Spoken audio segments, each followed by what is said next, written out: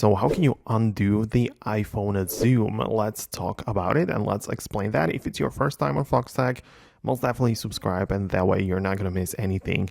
Well, if your phone is like zoomed in, you can quickly undo the zoom by double tapping the screen with the fingers, right? So you can do it like that and the screen just zooms out for you right away, fixes the issue.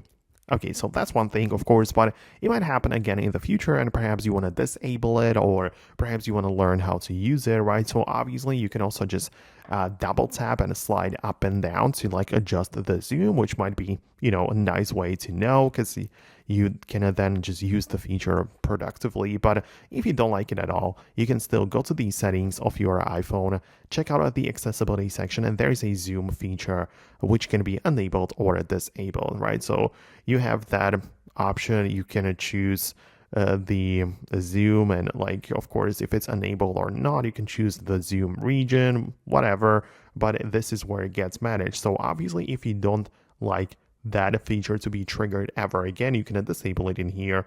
But as I said, it's much better to have it enabled and know how to use it than just not use it because you don't like it, right? So that's how you need to approach this. Let me know in the comments below if you managed to find this video helpful. Thanks a lot for watching and your support. Stay tuned for more tutorials and upcoming videos similar to this one. And I'll talk to you later in those videos, so stay tuned and I'll see you then.